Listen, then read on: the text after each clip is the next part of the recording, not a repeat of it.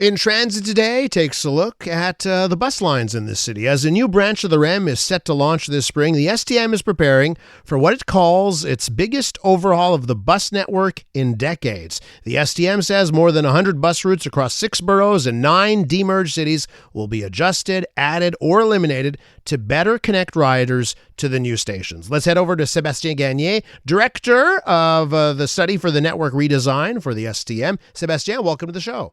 Good morning. How are you doing? Very good, thank you. Tell our listeners why they should be excited, enthused, hopeful for the rejig of the bus network. Yeah, actually the new bus redesign, as you said, is there to improve the overall bus network for most customers. So you mentioned it, it's more connections to the REM.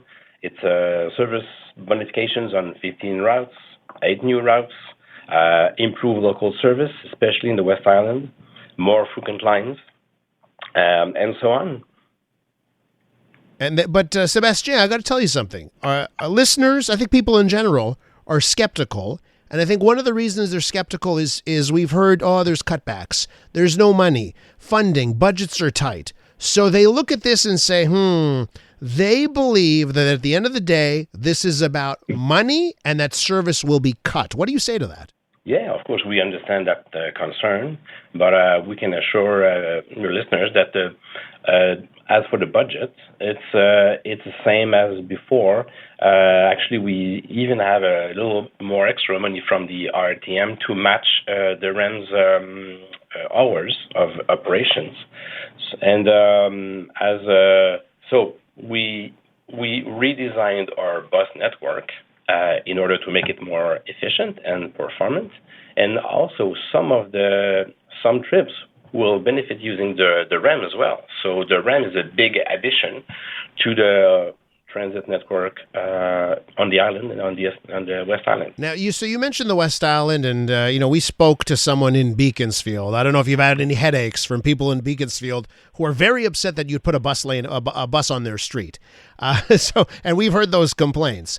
But why don't we talk about how, or maybe some concrete examples about how these changes in bus service in the West Island will lead to people being able to get downtown in a much speedier fashion?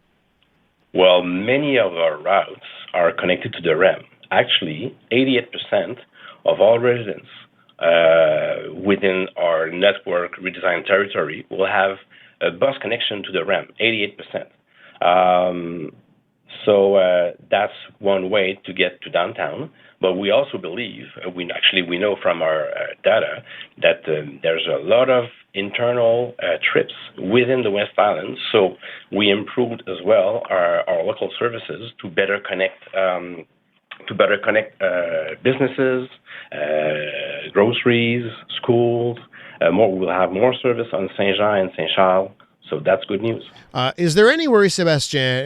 It's not lost on anyone that the REM has had a lot of problems with reliability as it's been getting up to speed here, okay? And we spoke to the mayor of Brossard, Darina Sad joined us, and she is saying, hey, you got to bring the buses back, like the buses that go from the South Shore into downtown Montreal, because the people that live in Brossard have been getting back to their cars because they can't rely on the REM. What's the backup plan? If the REM proves to be unreliable, what's the backup plan for buses so that people in the West Island can rely on public transit? Yeah, there's two answers to that. The main one is that the creation, our modification for the bus network redesign has already some redundancy in it. For instance, we keep the 470. Which is very useful between Fairview and the Côte Vertu subway station. We also keep the 468.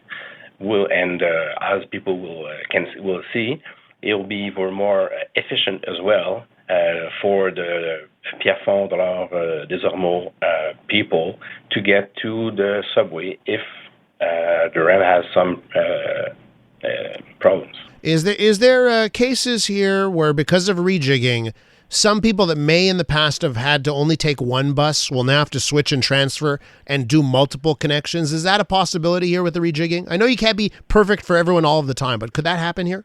Exactly. We cannot please everyone.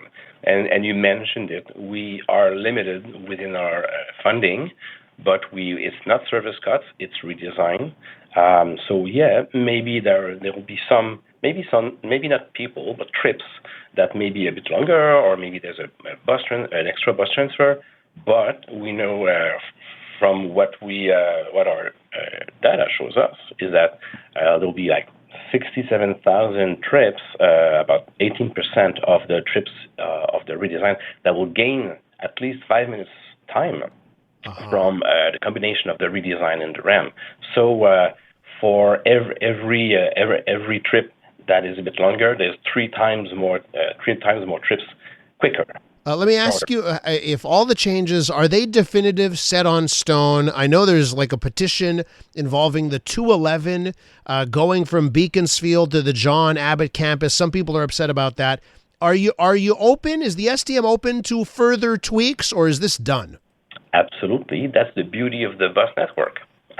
Compared to the subway, we can't change the trajectory. So yes, of course, we'll be listening to comments, complaints. We'll see if anything goes not as planned or wrong within the implementation. So we may not act in the week after. But as we did with other redesign in 2024, we did some changes where it was beneficial to more people, and also where we can do it financially. Now, I just want to confirm something that I think you said before. Because of the REM launching in the West Island, you're actually getting some money out of that to extend service later. So we can say that some bus routes are actually going to go later now because of the REM? Absolutely. We have about 120 more trips during the weekdays after 6:30 p.m. And we have 7 more trips during the weekends in order to match the REM's amplitude. Gotcha. And a final thing, for those in Beaconsfield and other parts that are complaining that a route is now going to go on their street, what do you say to those people that are upset? They say it's not safe. We got small streets and you're putting a bus down our street. Well, we understand their concerns. It's a big change from what they've known. But the street, the Montreal Street, is not as we have many other streets in the West Island that we pass through, and on that particular street, it's only 12 trips per direction per day. So it's not that much compared to like all the cars that are passing by. So as you said, we'll monitor the situation. Our drivers are professionals. We have other type of street like that elsewhere in the West Island. So yeah, we'll keep an eye on that, and then we'll see if there's any problem with that. Sébastien, thanks so much for coming on the show today. I appreciate your time. You're welcome. That's Sébastien Gagné from the STM. I'm Dylan Playfair. And I'm Tyler Smith. We're putting loneliness in the penalty box by talking to some of our favorite athletes about the importance of friendship. This is Bromance. Bromance is brought to you by Charm Diamond Centers, proudly Canadian-owned and operated. Charm has been part of your love stories and bromances for over 50 years. And you can find Bromance on the iHeartRadio network or wherever you get your podcasts.